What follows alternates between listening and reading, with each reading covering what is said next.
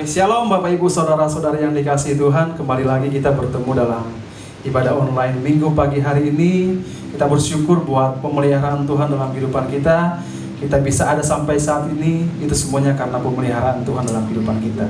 Sebelum kita beribadah kepada Tuhan, mari kita berdoa. Kita naikkan syukur kita kepada Tuhan buat kebaikan Tuhan yang Tuhan nyatakan dalam kehidupan kita. Bapa kami dalam surga, saat ini Tuhan, kami umat-Mu Tuhan, kami datang kepada Tuhan. Kami mau bawa korban syukur kami di hadapan Tuhan. Kami mau bawa sembah kami di hadapan Tuhan, karena Engkau sangat baik di dalam kehidupan kami Tuhan. Di saat kami mengalami masa-masa sulit dalam kehidupan kami Tuhan, Engkau Allah yang tidak pernah meninggalkan kami Tuhan. Engkau selalu bersama-sama dengan kami, memberikan kami kekuatan, kesehatan, kemampuan untuk kami bisa berjalan Tuhan, untuk melewati setiap persoalan, cobaan, ujian dalam kehidupan kami. Dan kami bersyukur Tuhan, Engkau tidak pernah meninggalkan kami Tuhan. Dan saat ini kami mau bawa pujian penyembahan kami hanya kepada Tuhan. Biarlah Tuhan setiap pujian kami, sembah kami Tuhan, boleh menyenangkan hati Engkau Tuhan. Sehingga Tuhan, Engkau tersenyum melihat kami saat ini Tuhan. Terpujilah nama Tuhan.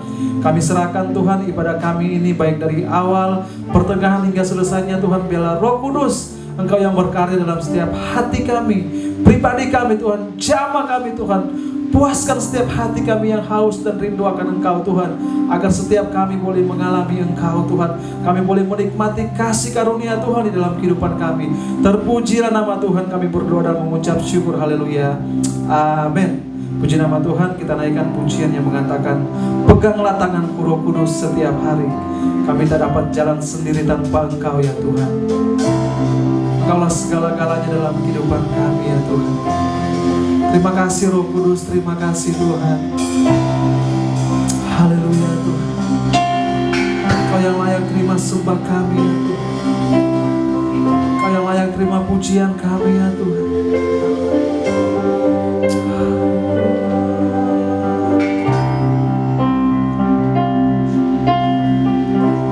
Peganglah tanganku Roh Kudus setiap hari. Ku tak dapat jalan sendiri tanpa Roh-Mu. Bawalah hidup kami Tuhan, bawalah diriku kepada segala kebenaran, agar ku tidak tersesat mengikuti jalan-Mu. Katakan kudus, kudus Tuhan. Kudus, kudus Tuhan, kudus nama-Mu. Ku beri syukur dalam simfoni indah.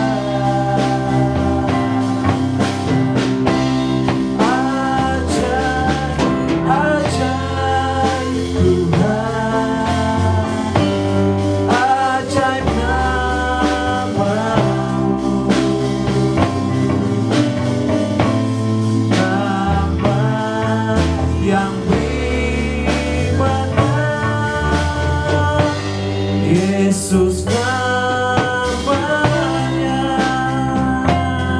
Peganglah tangan kami Tuhan. Peganglah tanganku Roh Kudus setiap hari. Ku tak dapat jalan sendiri tanpa Roh-Mu. Bawalah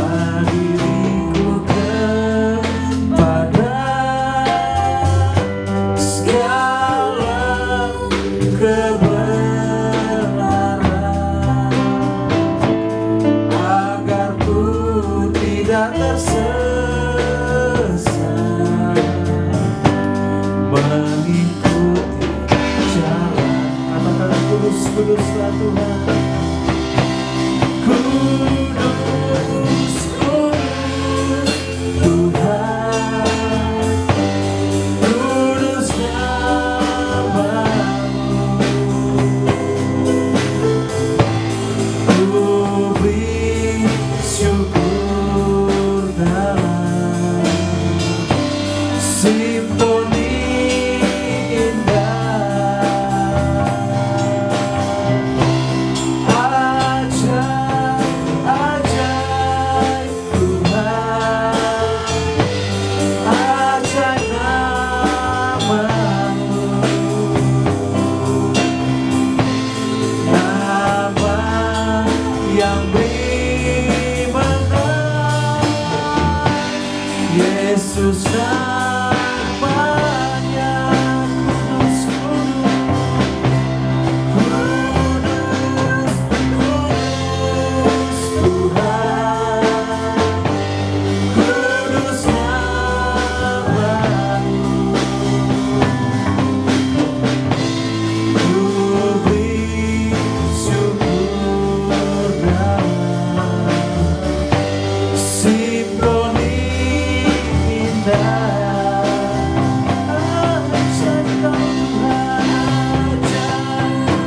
Ajaib Tuhan, ajaib namamu. Nama yang beri menang, Yesus namanya. Kudus, kudus, kudus Tuhan, kudus namamu. Terima kasih Tuhan. Ku beri syukur dalam simponi indah.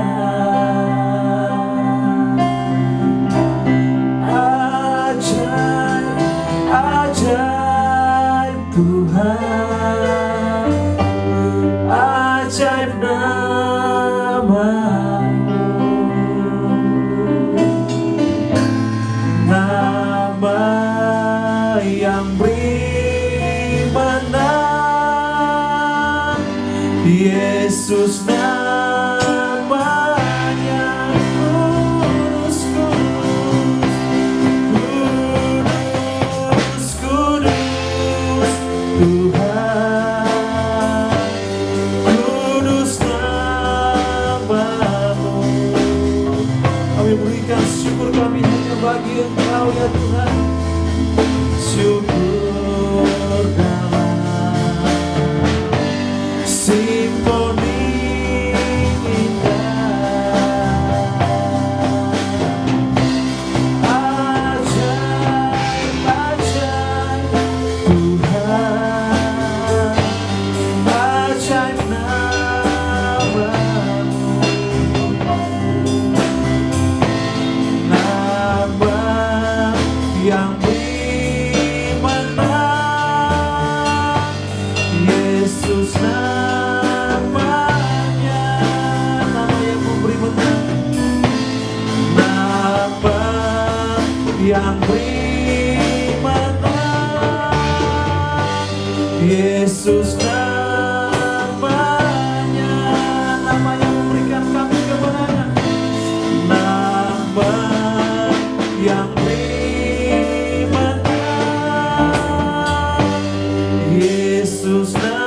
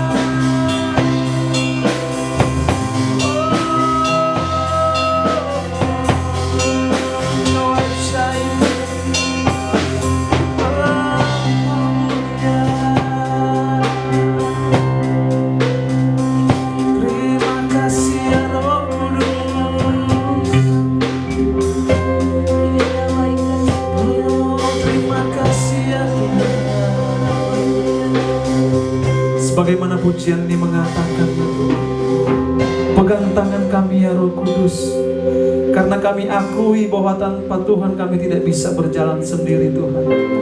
Kami butuh tuntunan Engkau Tuhan. Kami butuh perlindungan dari Engkau ya Tuhan. Karena hanya bersama Engkau kami merasakan ketenangan Tuhan. Hanya bersama Engkau kami bisa merasakan kedamaian Tuhan, yang dunia tidak bisa berikan dalam hidup kami ya Tuhan. Kami bersyukur kalau kami mempunyai Tuhan seperti Engkau, Tuhan yang tidak pernah meninggalkan kami ya Tuhan. Terima kasih Bapa yang baik, terima kasih Tuhan. Hanya di dalam nama Tuhan Yesus Kristus kami berdoa mengucap syukur, haleluya, amin. Puji nama Tuhan. Bapak Ibu saudara-saudari yang dikasihi Tuhan, saat ini kita mau bersorak-sorai bagi Tuhan. Kita mau mengagungkan Raja kita di atas segala Raja, Yesus Kristus Tuhan. Dia adalah Tuhan dan Juru Selamat kita. Mari kita naikkan pujian kita bagi Tuhan. Kita beri tepuk tangan yang paling mulia bagi Tuhan kita yang luar biasa. Haleluya.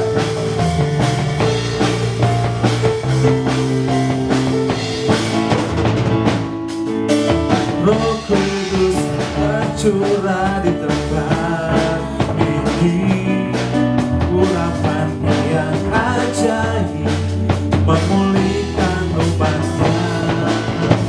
Roh Kudus tercurah bagi gerejanya, umat pilihan. Katakan hari ini harinya Tuhan.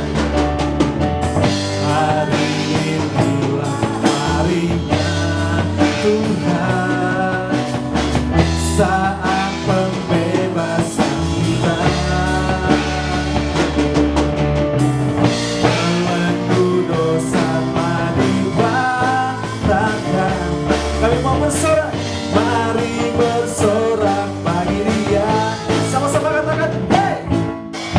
Anggur baru tercurah, penuhi umatnya dengan sukacita.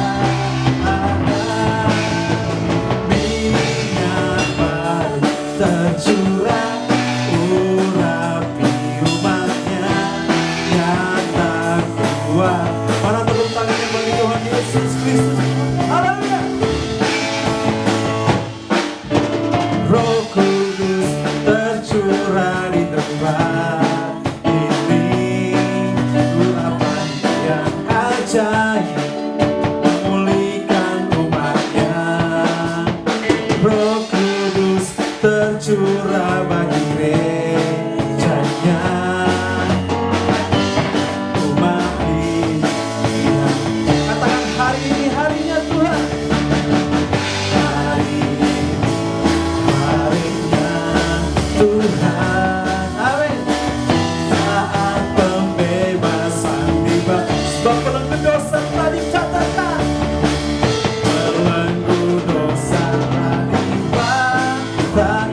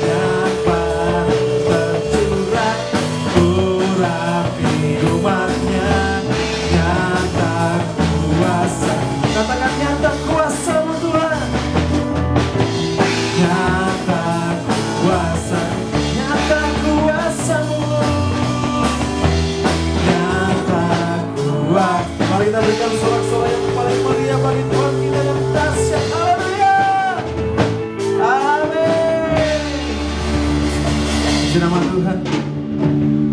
Haleluya. Kita mau siapkan hati kita, pikiran kita untuk ditaburkan oleh kebenaran firman Tuhan. Biarlah firman Tuhan yang menuntun setiap langkah-langkah kita, firman Tuhan yang mengajar kita, mendidik bahkan menegur kita apabila kita melakukan kesalahan. Karena tanpa firman Tuhan kita tidak bisa jalan bersama.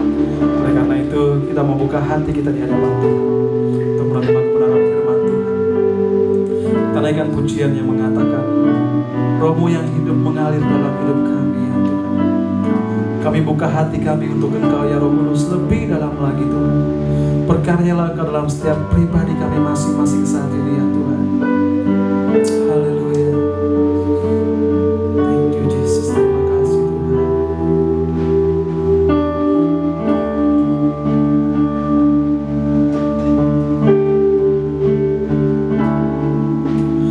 Roh-Mu yang hidup penuhiku, mengalir dalamku. Jiwaku tenang bersamamu dalam naunganmu. Ku buka hati untuk jamahanmu, berserah penuh di hadiratmu. Kau ambil alih seluruh hidupku di altarmu, menyembahmu. Haleluya Tuhan.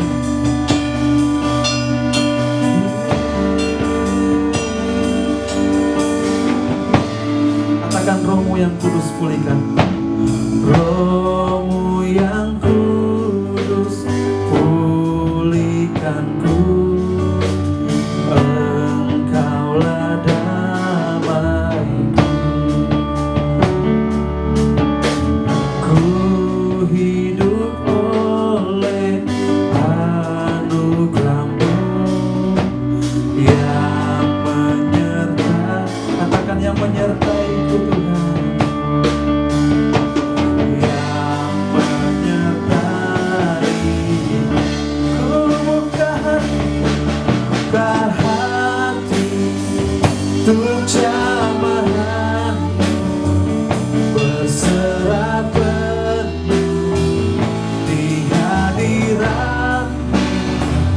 Kau ambil alih seluruh hidupku di altarmu, menyembahmu. Ku buka hati untuk jamahanmu, berserah penuh di hadiratmu. Kau ambil alih seluruh hidupku di altarmu, menyembahmu. Ku buka hati untuk jamahanmu, berserah penuh di hadiratmu.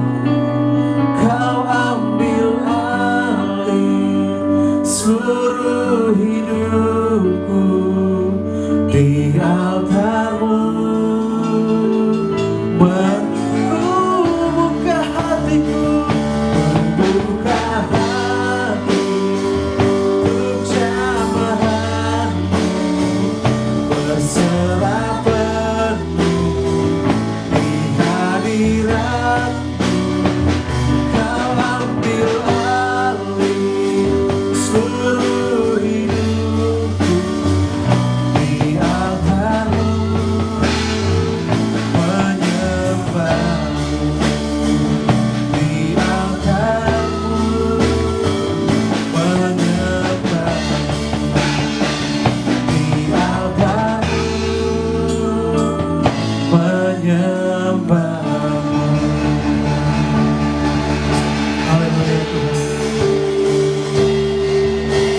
kami siap Tuhan untuk ditaburi oleh kebenaran firman-Mu Tuhan. Kami sambut firman-Mu Tuhan. Hanya di dalam nama Tuhan Yesus Kristus kami berdoa dan mengucap syukur. Haleluya. Amin. Shalom Bapak Ibu jemaat yang dikasihi Tuhan. Saya percaya kita ada dalam sukacita karena kasih karunia Tuhan tidak pernah meninggalkan kita. Amin. Kita tetap ada dalam kekuatan yang daripada Tuhan. Puji Tuhan. Ya, pada bulan ini seperti tema kita tentang karunia-karunia Roh Kudus. Bulan yang lalu kita mendapatkan tema dia datang, dia berangkat ke surga dan untuk kembali lagi, saudara. Nah, dan hari ini kemarin ya Ibu Gembala sudah singgung ada dua karunia, yaitu karunia pengetahuan dan karunia hikmat. Nah, hari ini kita belajar tentang karunia iman dan karunia nubuat. Nah, yang pertama Bapak Ibu Saudara, mengapa disebut karunia iman? Ada dua jenis iman Bapak Ibu Saudara. Yang pertama itu faith salvation atau iman keselamatan. Lalu yang kedua adalah the gift of faith, karunia iman. Dua hal ini adalah berbeda saudara. Karunia iman dengan iman keselamatan adalah merupakan suatu yang sangat berbeda sekali. Iman keselamatan kita peroleh untuk semua orang, itu ada. Semua yang percaya Yesus punya iman keselamatan. Makanya kita percaya kepada Yesus, siapa yang percaya tidak akan binasa, akan memperoleh hidup yang kekal. Tapi tidak semua karunia iman Allah berikan kepada semua orang. Allah hanya memberikan khusus kepada orang-orang tentu dengan maksudnya Allah untuk kepentingan bersama. Jadi saudara-saudara yang dikasihi Tuhan, tidak semua orang dapat menerima karunia iman. Ada dua dimensi iman saudara. Yang pertama adalah iman yang segera melihat hasil. Nah, ini termasuk karunia iman. Jadi ketika dia beriman sesuatu, itu langsung kelihatan hasilnya. Nah, sedangkan iman keselamatan tadi, iman yang percaya, walaupun tidak langsung melihat hasilnya, tapi dia tetap percaya sesuai dengan firman Tuhan, bahwa pada waktunya nanti, itu akan terjadi. Nah, sedangkan dimensi yang tadi, yang pertama, karunia iman, dia beriman dan langsung terjadi. Nah, saudara-saudara yang dikasihi Tuhan, karunia iman sebaiknya kita harus pahami sebagai sebuah keyakinan supranatural bahwa Allah sanggup menyatakan kuasanya dan kemurahannya dengan cara yang khusus dalam situasi yang khusus. Makanya ini disebut karunia iman, saudara. Lalu yang kedua, ada beberapa hal yang penting gitu yang kita harus pahami. Oke, kita buka dulu ayatnya di dalam 1 Korintus 12 ayat yang keempat sampai dengan 11. 1 Korintus pasal yang ke-12 ayat yang keempat sampai dengan yang ke-11. Demikian firman Tuhan. Ada rupa-rupa karunia tetapi satu roh, dan ada rupa-rupa pelayanan tetapi satu Tuhan, dan ada berbagai perbuatan ajaib, tetapi adalah satu yang mengerjakan semuanya dalam semua orang. Tetapi kepada tiap-tiap orang dikaruniakan pernyataan roh untuk kepentingan bersama. Sebab kepada yang seorang roh memberikan karunia untuk berkata-kata dengan hikmat, dan kepada yang lain roh yang sama memberikan karunia berkata-kata dengan pengetahuan. Kepada yang seorang roh yang sama memberikan iman, dan kepada yang lain ia memberikan karunia untuk menyembuhkan. Dan kepada yang seorang roh memberikan kuasa untuk mengadakan mukjizat, dan kepada yang lain ia memberikan karunia untuk bernubuat. Dan kepada yang lain lagi ia memberikan karunia untuk membedakan bermacam-macam roh. Kepada yang seorang ia memberikan karunia untuk berkata-kata dalam bahasa roh. Dan kepada yang lain ia memberikan karunia untuk menafsirkan bahasa roh itu. Tetapi semuanya itu dikerjakan oleh roh yang sama, yang memberikan karunia kepada tiap-tiap orang secara khusus. Jadi Bapak Ibu Saudara, Ada 9 karunia yang dibahas dalam 1 Korintus pasal yang ke-12 ini. Dalam Alkitab paling nggak ada 3 jenis karunia. Yang pertama karunia manifestasi yang terdiri dari 9 karunia. Lalu karunia pelayanan yang ada di kitab Efesus. Kemudian karunia motivasional yang ada di Roma pasal yang ke-12. Dan hari ini kita bahas yang 9 karunia ini. Yang pertama karunia hikmat, pengetahuan. Kemudian iman, menyembuhkan, mukjizat, nubuat, ya. Karunia roh, membedakan roh, menafsirkan bahasa roh. Nah, saudara-saudara, kembali tadi ke pembahasan kita. Kita bahas tentang karunia iman. Yang kedua, ada beberapa hal yang harus kita pahami tentang karunia iman ini. Yang pertama, saudara, karunia iman ini karena bersifat supranatural, bukanlah sugesti diri atau bukanlah sugesti secara emosional, baik itu secara visualisasi atau dengan kekuatan pikiran. Oleh karena itu, saudara-saudara, hati-hati juga ketika Anda gampang mengklaim sesuatu. Kami klaim janjimu Tuhan, kami klaim firman-Mu Tuhan. Lihat sesuatu, doakan, klaim, wah aku beriman, ini akan jadi milikku. Pandang sesuatu, pengen sesuatu, langsung klaim, aku beriman, ingin, aku pengen ini jadi milikku. Saudara-saudara, bisa jadi itu karunia iman, tapi bisa juga itu bukan karunia iman, melainkan keinginan kita sendiri. Jadi saudara-saudaraku yang dikasihi Tuhan, dalam karunia iman ini bukanlah sekedar perkataan positif, bukanlah sekedar keyakinan dari diri sendiri, tetapi keyakinan ini berasal dari Roh Kudus, bukan hasil usaha manusia, diri kita sendiri, bukan juga hasil usaha diri kita maupun dengan hamba Tuhan. Jadi semata-mata hanya inisiatif dari Roh Kudus. Makanya firman Tuhan di ayat yang ke-11 dikatakan, tetapi semuanya ini dikerjakan oleh Roh yang satu dan yang sama untuk memberikan karunia kepada tiap-tiap orang secara khusus seperti yang dikehendakinya. Siapa yang menghendaki? Roh Kudus. Jikalau Allah, melalui Roh Kudus menghendaki hal itu, maka itu terjadi. Tetapi kalau bukan Roh Kudus yang menghendakinya, itu bukanlah karunia iman. Itu bisa saja kedagingan kita sendiri. Lalu yang kedua, saudara-saudara, yang kedua adalah keyakinan supranatural ini tidak dimiliki secara permanen. Jadi ketika saya punya karunia iman, bukan saya punya, saudara. Itu karunia pemberian Tuhan yang punya Roh Kudus, bukan saya yang punya. Saya hanya salurannya saja, alatnya saja. Kalau Roh Kudus mau pakai, dipakai. Tapi kalau Roh Kudus juga mau pakai orang lain, nggak hanya saya. Karena yang punya karena yang punya karunia itu sendiri adalah Roh Kudus. Jadi jangan pernah, sebenarnya kita tuh nggak punya, saudara. Kita hanya dipakai oleh Roh Kudus sesuai dengan apa yang dikehendakinya. Oleh karena itu, kalau misalnya, karena begini, ada yang berpikir itu permanen.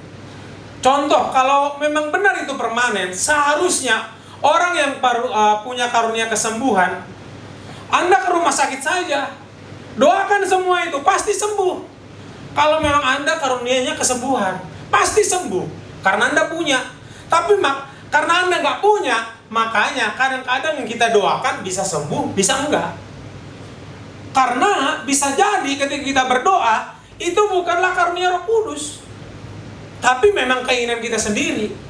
Jadi oleh karena itu, saudara, ya, karunia ini tidak dimiliki secara permanen oleh siapapun.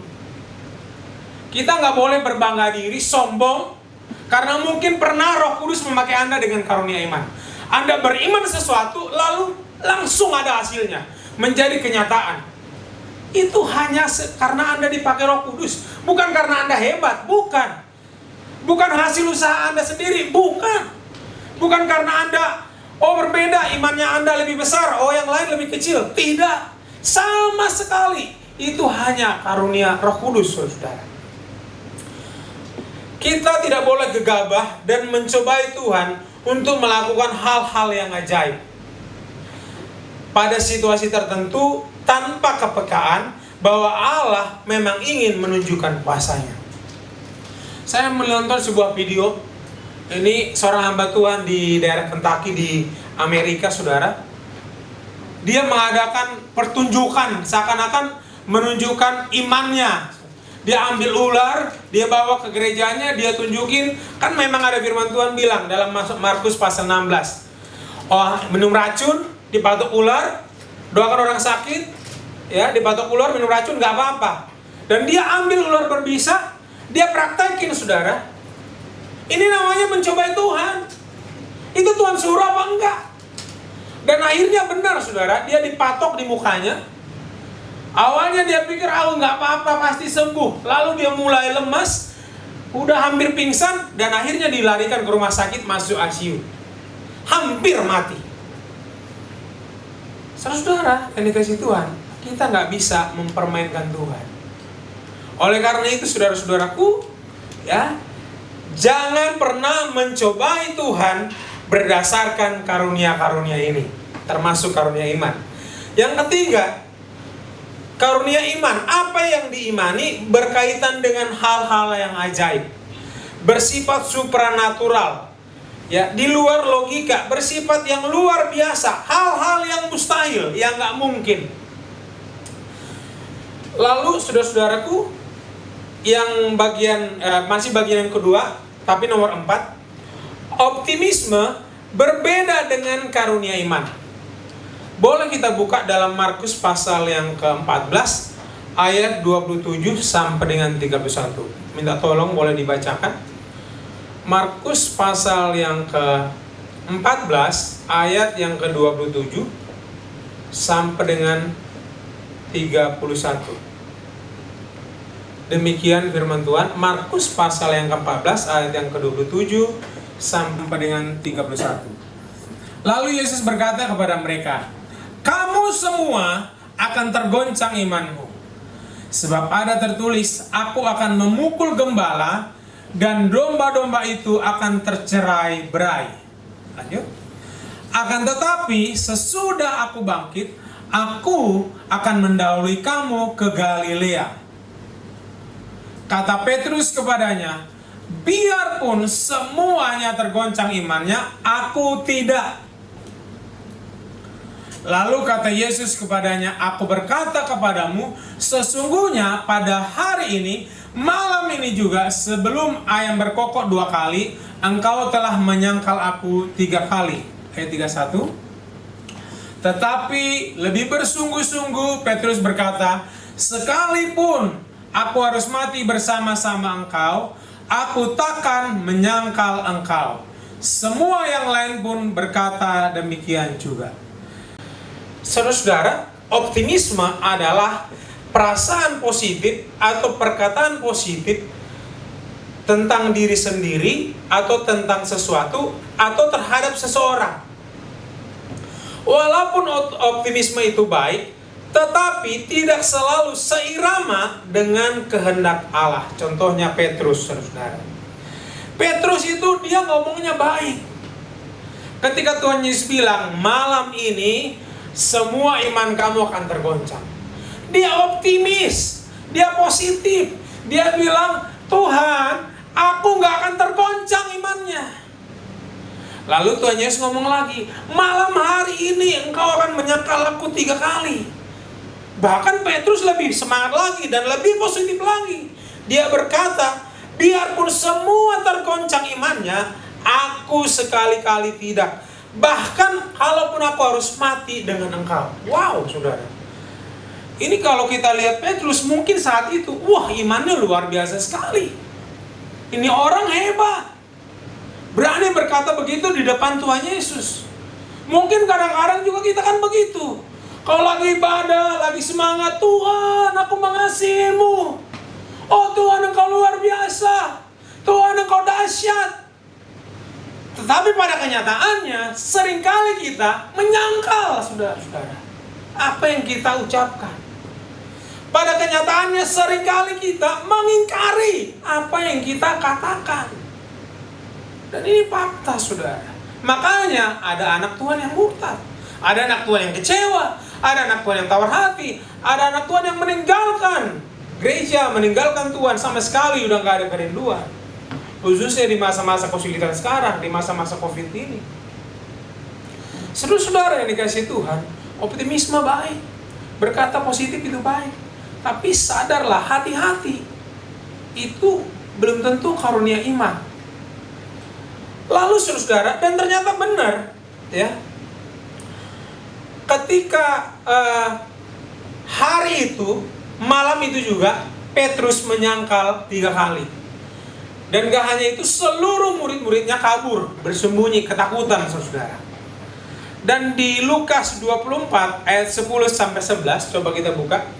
Lukas pasal yang ke-24 ayat 10 sampai dengan 11. Di situ kita melihat iman rasul-rasul, saudaraku.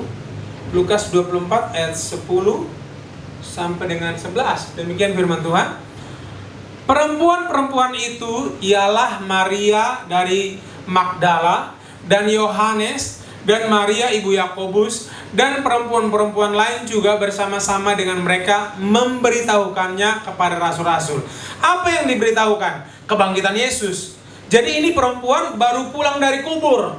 Ketika mereka mau merempah-rempahi tubuh Tuhan Yesus, mereka lihat kubur udah terbuka, batu udah terguling, lalu mereka lihat malaikat dan dikatakan Yesus sudah bangkit. Ngapain kamu cari yang hidup di tengah orang mati?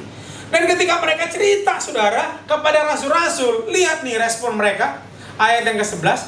Tetapi bagi mereka, bagi siapa? Bagi rasul-rasul yang 3 hari yang lalu ngomong, aku gak akan tergoncang imannya. Kalaupun aku harus mati, aku gak akan tergoncang. Baru 3 hari yang lalu mereka ngomong, hari Minggunya mereka ngomong begini, saudara. Dan bagi mereka perkataan perempuan-perempuan itu seakan-akan omong kosong. Padahal Tuhan Yesus sudah bilang, kamu semua tergoncang imannya, tapi nanti aku akan bangkit dan akan mendahului kamu ke Galilea. Dan mereka tidak percaya kepada perempuan-perempuan itu. Saudara-saudara yang dikasihi Tuhan, jangan sampai iman kita sebagai anak-anak Tuhan hanya sekedar positif, hanya sekedar optimis, saudara. Nggak cukup hanya itu. Murid-murid pun optimis ketika Yesus ada di tengah-tengah mereka. Positif mereka ketika Yesus ada di tengah-tengah mereka. Tetapi ketika ujian itu datang, Yesus harus disalib, hilang, saudara, optimisnya. Hilang perasaan positifnya, perkataan positifnya. Bagi mereka katanya itu omong kosong apa yang diceritakan. Padahal Yesus sudah bilang, nanti aku akan bangkit, aku akan mendahului kamu ke Galilea. Saudara-saudara yang dikasihi Tuhan, apa sih yang kita pelajari dari hal ini? Oleh karena itu, kita harus memfokuskan iman kita terhadap apa yang dikatakan Tuhan Yesus. Bukan hanya perasaan optimis kita saja. Bukan hanya perasaan positif kita saja. Karena perasaan dan optimisme kita dipengaruhi oleh keadaan. Dipengaruhi oleh apa yang kita alami. Tapi apa yang Yesus katakan, apa yang firman Tuhan Yesus katakan tidak dipengaruhi oleh apapun. Oleh karena itu, jikalau mau karunia iman itu bekerja dalam diri kita, fokuslah kepada apa yang Yesus katakan. Lalu yang ketiga, saudara, apakah manfaat karunia iman bagi orang percaya? Saudara-saudara, karunia iman ini dibutuhkan dalam sebuah keluarga. Mungkin dalam sebuah keluarga yang sedang berantakan. Dalam sebuah keluarga anak yang sedang berantakan. Karunia iman sangat dibutuhkan, saudara. Bagaimana Anda beriman, lalu Anda melihat hasilnya. Lalu yang kedua, saudara, kalau kita lihat di Alkitab, di dalam Ibrani, Musa menolak disebut sebagai anak putri Firaun dan memilih untuk sengsara bersama-sama dengan umat Allah. Dan hal ini juga bisa terlihat kepada hamba-hamba Tuhan ataupun misionaris-misionaris yang ada dulu maupun yang ada sekarang. yang bisa terus bertahan dan tetap setia walaupun hasilnya sedikit. Saudara, nah ada seorang misionaris namanya Adoniah Judson, memiliki karunia iman. Dia pergi ke negara Burma, saudara, pada tahun 1800-an. 7 tahun dalam pelayanannya hanya menghasilkan 1 jiwa, saudara. Bayangkan, 7 tahun melayani tanpa hasil, kalau mau dibilang hanya 1 jiwa, saudara. Mungkin kalau orang yang nggak punya karunia iman, orang yang nggak dipakai Tuhan dengan karunia iman, orang akan mundur, saudara. Tapi Adoniah Judson ini tetap bertahan terus sampai akhir hidupnya. Dia tetap melayani di Burma, dan ketika dia meninggal, saudara, ada 7.000 orang Burma yang bertobat, dan ada 63 gereja yang dibuka. Saya juga pernah melihat teman saya gitu tentang karunia iman ini. Dia sakit, saudara. Lalu dia asrama, dia keluar, dia bilang dia ingin ke klinik. Saya tanya, mau klinik mana? Ada klinik dekat asrama dulu waktu saya sekolah teologi. Kita bilang, punya uang nggak? Nggak punya. Lalu dia bilang, aku percaya nanti Tuhan tolong, aku akan bisa bayar. Bagi saya, saudara, saya bilang, ini orang ya yang benar sih, punya iman atau bodoh gitu ya. Tetapi ya itulah memang Tuhan pakai dia dengan karunia iman itu, saudara. Dia jalan, dia pergi ke klinik, lalu benar ketika dia antri, dia bertemu dengan salah satu orang Kristen, anak Tuhan yang kenal dengan kita, tapi tidak begitu akrab. Ketika ditanya, ngapain Pak? Oh, lagi antri mau berobat. Dan yang luar biasanya, saudara, apa yang dia imani benar-benar terjadi. Ketika mau bayar ke kasir, saudara, ini anak Tuhan yang satu dibayarin ini, teman. Dan benar sesuai imannya, dia bilang nanti Tuhan akan sediakan ada yang bayar. Dan benar, saudara, dia pulang, ada yang bayar obatnya, bahkan dia dikasih berkat gitu. Tapi ini bukan sesuatu yang harus dicontoh, karena nggak sama. Karunia iman itu ya terserah Tuhan, Roh Kudus siapa yang memakai. Nggak bisa tiba-tiba Anda nanti coba gitu ya, datang ke klinik, bisa-bisa diusir gitu. Ya ada juga contoh pengalaman teman saya itu pernah di sini, yaitu Pendeta Nopri. Saya ingat dulu saudara-saudara ketika dia kuliah, kita butuh uang kuliah sekitar 6 juta 7 jutaan. Nah, dia nggak punya, saya juga nggak punya. Lalu dia, saudara, setiap pagi itu dari kesaksiannya, dia selalu bilang ini, aku bersyukur Tuhan untuk uang kuliah yang sudah lunas. Udah lunas uang kuliahnya? Belum, saudara. Terus setiap hari hanya begitu, terus hanya begitu saja, saudara. Aku bersyukur untuk uang kuliah yang sudah lunas. Dan suatu saat dia beli kartu XL, masih handphone yang lama, handphone yang kayak ulekan begitu, kan nomor aja masih mahal, bisa 200.000, 300.000 satu nomor. Dan ketika dia pakai baru berapa minggu, ada undian Excel di TV, dan nomor dia itu nyangkut, saudara, dapat. Dan ketika diundi, dia ditelepon, dipanggil ke Menara BRI, benar, dia ada dapat cincin, dia ada dapat kalung, lalu dia dapat uang kontan gitu, ada dapat sekian juta lah, ya. Masih dia sisa cincin, dia bisa bayar uang kuliah, dan dia masih sisa cincin untuk dia bisa pakai. Dan ya ini contohnya karunia iman, tapi nggak semuanya harus begini, saudara. Nggak bisa juga kita contoh, tergantung Roh Kudusnya gitu. Nah, kalau kita bisa lihat contoh dalam Alkitab tentang karunia iman ini, bisa kita lihat Abraham. Abraham itu ketika dia dipanggil Tuhan, dikatakan di situ, ya Abraham taat ketika ia dipanggil untuk berangkat ke negeri yang akan menjadi milik pusakanya. Ia berangkat dengan tidak mengetahui tempat yang ia tuju.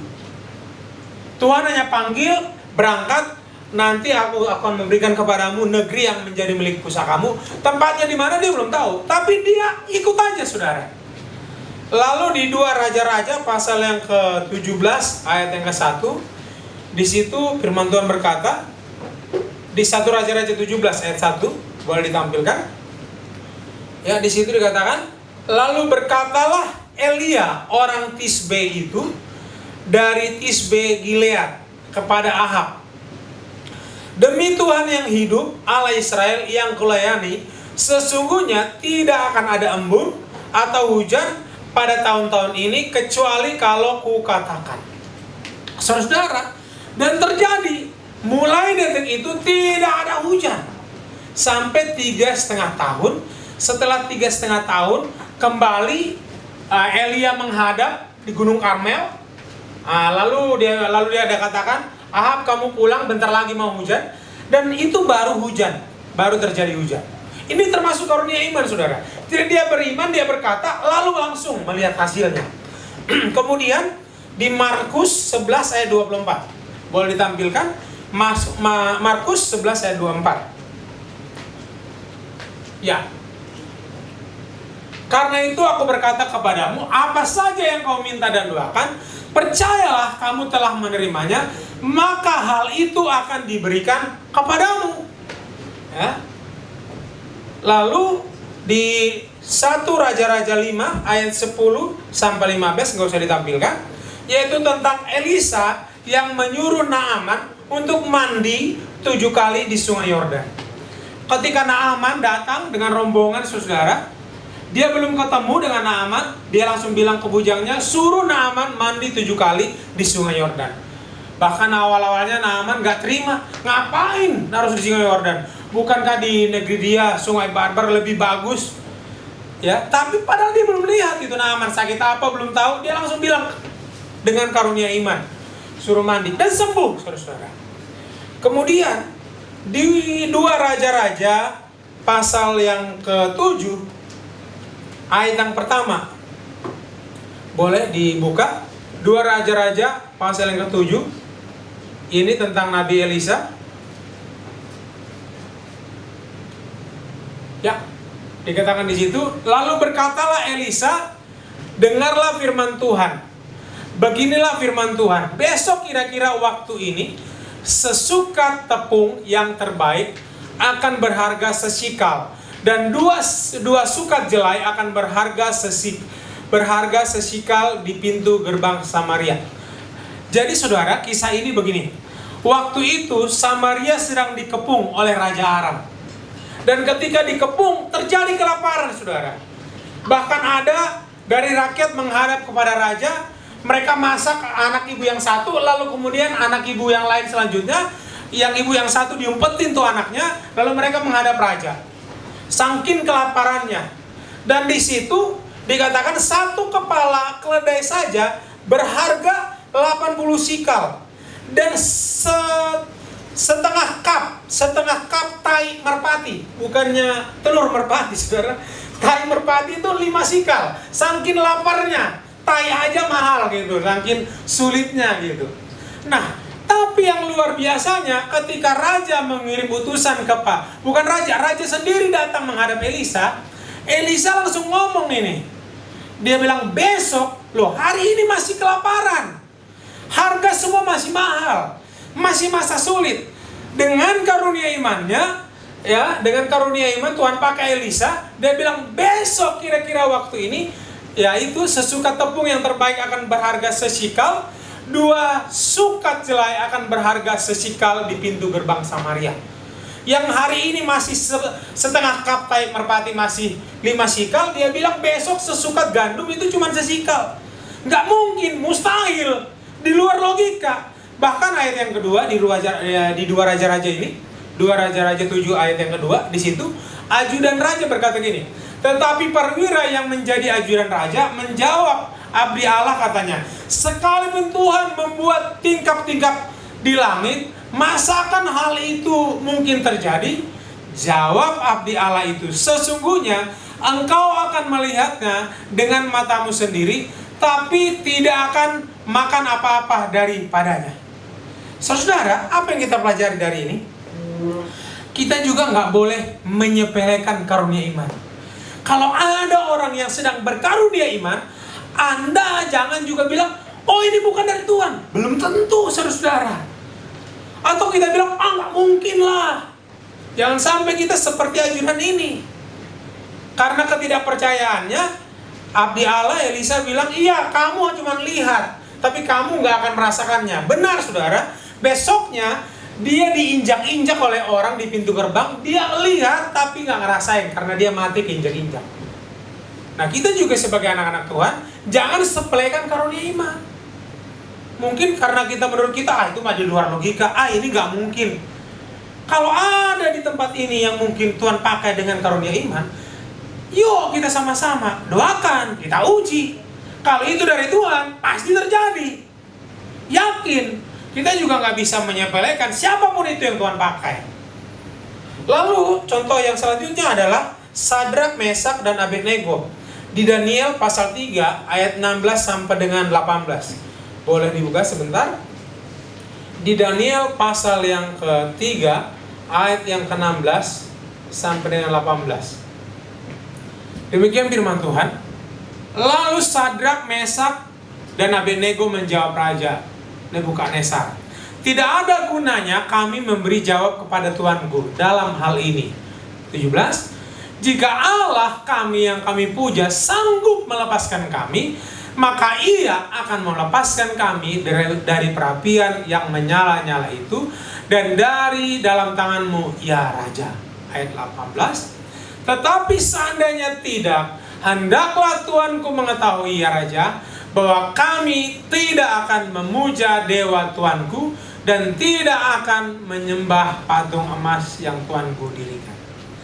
Karunia iman bekerja di saat-saat yang genting, di saat-saat nyawanya di ujung tanduk, saudara. Dia berkata kalau Allah yang kami sembah itu sanggup menolong kami, dan kalaupun enggak, kami enggak akan menyembah patung yang Tuanku dirikan. Wow, saudara, ini di luar, bukan iman yang biasa, ini karunia iman.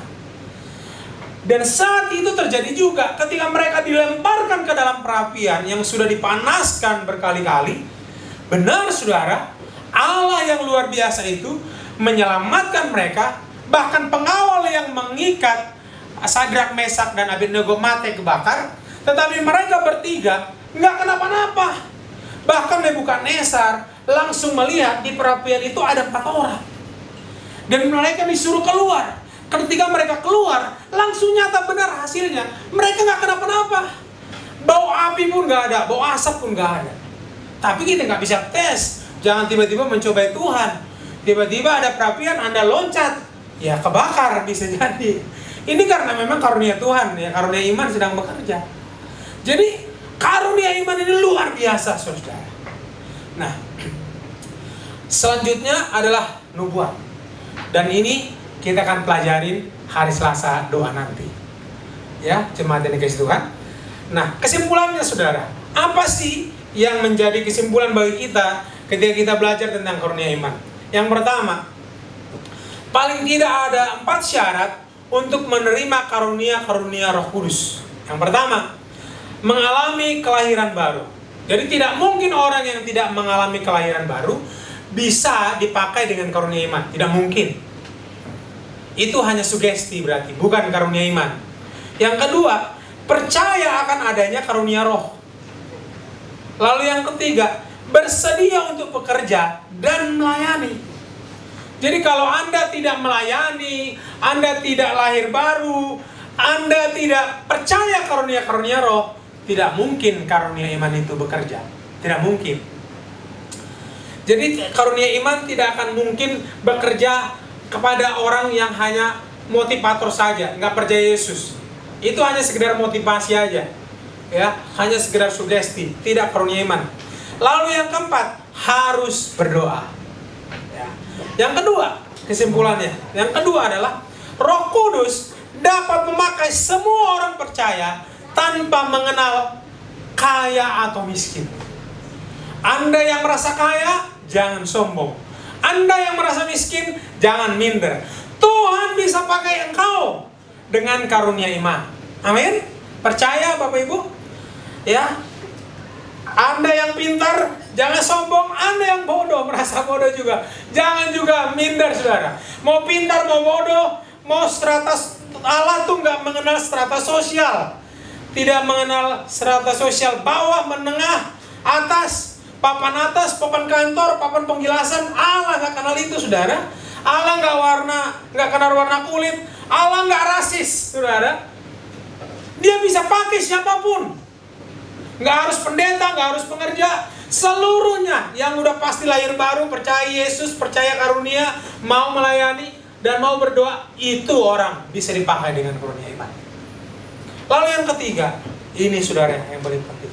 Marilah kita sama-sama, seluruhnya, gembala, staf, pengerja, seluruh jemaat, doakan dengan sungguh-sungguh supaya karunia ini, karunia iman, karunia menubuat, karunia hikmat, karunia pengetahuan, karunia mukjizat, karunia kesembuhan, ya, karunia membedakan roh, karunia berbahasa roh, karunia menafsirkan bahasa roh, tidak hanya sekedar teori, saudara. Mari seluruh jemaat, semuanya kita yang ada di GSJ New Hope, doakan sungguh-sungguh supaya 9 karunia ini nyata di tengah-tengah gereja kita. Saya percaya kalau 9 karunia ini dinyatakan, diwujud nyatakan di dalam gereja kita, maka saudara, sesuatu yang supranatural, di luar yang biasa, sesuatu yang mustahil, hal-hal yang ajaib akan terjadi di tempat ini. Oleh siapa? Bukan hanya oleh satu orang, oleh seluruh tubuh Kristus, siapa saja. Jemaat Tuhan yang saat ini engkau ada di rumah, siapapun engkau, mungkin engkau ibu rumah tangga, bapak rumah tangga, karyawan, bos, kurir, apapun jabatan kita, siapapun kita, di mata Tuhan sama Tuhan bisa pakai. Mari sama-sama seluruh jemaat GSJ New Hope kita bersatu hati supaya karunia-karunia ini nyata di tengah-tengah gereja kita. Demikian firman Tuhan bagi kita pagi hari ini. Biarlah ini menguatkan kita, meneguhkan kita. Ya, sebelum saya tutup, saya rindu kita nyanyi pujian tadi, Rohmu yang hidup, pulihkanku. Boleh pemain musik? Saya rindu Bapak Ibu jemaat yang dikasih Tuhan, semua kita yang ada di rumah saat ini, jemaat, kita angkat pujian ini, Rohmu yang hidup, penuhiku. Biarlah firman Tuhan yang disampaikan pada pagi hari ini, karunia iman, karunia-karunia Tuhan yang sudah Tuhan jelaskan. Biar Roh Kudus memakai Anda. Engkau yang lagi di rumah, Tuhan mau pakai engkau, Roh Kudus mau pakai engkau hari ini. Angkat pujian ini dari hati kita dengan sungguh-sungguh. Haleluya. Haleluya Tuhan. Roh yang hidup, boleh kita angkat tangan kita katakan, mengalir dalamku. Amin Tuhan. Jiwaku tenang bersamamu dalam naunganmu, dalam naunganmu. Ku buka hati, biar Roh Kudus menjamah kita. Berserah penuh di hadirat-Mu, ya Roh Kudus, Kau ambil alih seluruh hidupku, biarkan-Mu menyembah-Mu.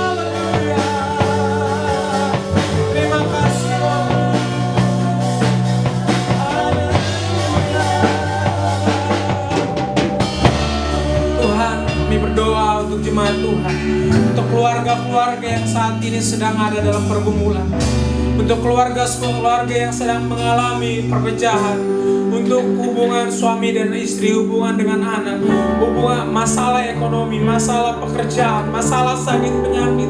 Biarlah karunia Roh Kudus nyata atas mereka. Engkau pakai ibu-ibu, Engkau pakai bapak-bapak, Engkau pakai anak-anak muda Tuhan dengan karunia-karuniamu. Firman-Mu yang berkata Tuhan, ketika akhir zaman teruna-teruna akan Kau pakai dengan nubuat yang daripada Tuhan. Pakai seluruhnya kami, jemaat-Mu, Kesia Nuhon, bersatu hati kami percaya di tempat ini ada Roh Kudus, di tempat ini ada kuasa Tuhan. Dalam nama-Mu kami berdoa. Haleluya, amin. Puji Tuhan, Tuhan berkati Bapak Ibu jemaat yang dikasihi Tuhan. Haleluya. Oke, puji nama Tuhan. Terima kasih buat firman Tuhan yang sudah ditaburkan, yang sudah memberkati kita semua saat ini. Dan saat ini kita akan memberikan persembahan buat Tuhan. Untuk persembahan dapat ditransfer di rekening di bawah ini. Dan sebelum kita memberikan persembahan, nanti Ibu Lina berdoa buat persembahan. Mari kita berdoa. Bapa kami dalam surga, kami mengucap syukur Tuhan buat kebaikan yang Tuhan berikan pada kami. Kami boleh mendengarkan firman-Mu selagi Tuhan. Biarlah firman-Mu terus menguatkan kami dan menjadi pedoman dalam kehidupan kami. Kami menjadi pelaku-pelaku firman-Mu. Terima kasih Bapa. Bapa dalam surga, sebelum kami akan memberi Tuhan Kau menolong tangan-tangan yang sudah memberi Tuhan. Kau memberkati mereka semua Tuhan, dimanapun mereka berada. Di dalam nama Tuhan Yesus kami mengucap syukur. Haleluya. Amin. Amin. Jangan lelah bekerja di ladangnya Tuhan.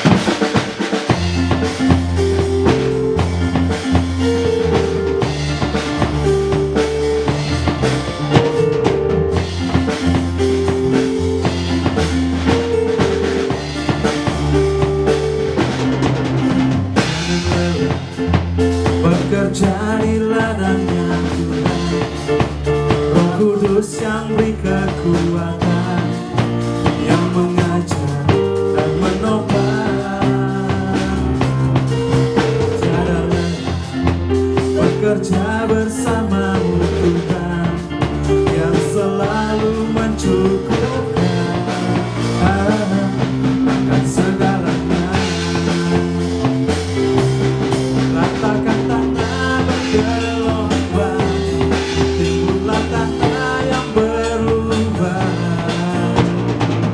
mencari siap dibangun di atas dasar iman. Ratakan tanah bergelombang, timbullah tanah yang berubah, mencari siap dibangun, mencari siap dibangun, mencari siap dibangun, mencari siap dibangun di atas dasar iman. Amin. Terima kasih buat persembahan dari Bapak Ibu saudara-saudari yang dikasihi Tuhan. Tuhan Yesus memberkati kita semuanya. Dan kita akan melihat pengumuman selanjutnya.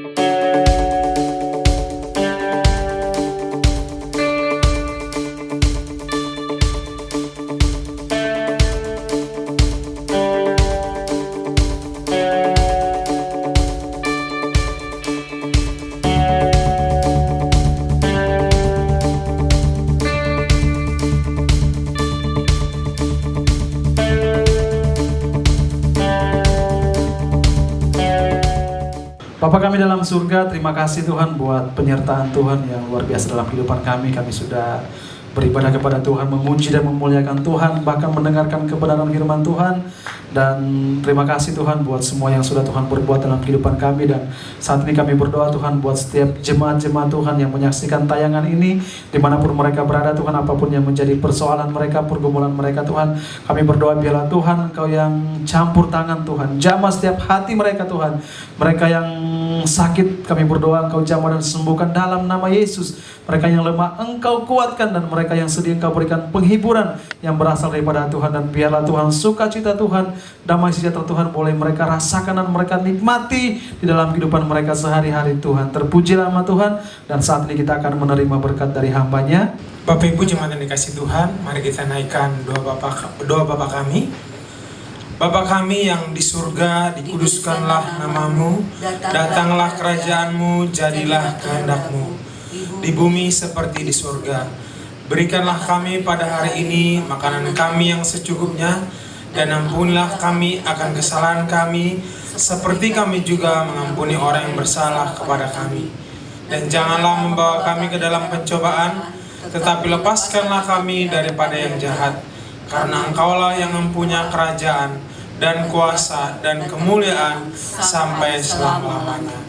Bapak Ibu jemaat yang dikasihi Tuhan yang ada di rumah dan di mana saja kita berada, terimalah berkat, biarlah kasih daripada Tuhan kita Yesus Kristus, kasih karunia daripada Bapa dan persekutuan dalam Roh Kudus senantiasa menyertai kita sampai kedatangan Tuhan Yesus yang kedua kali.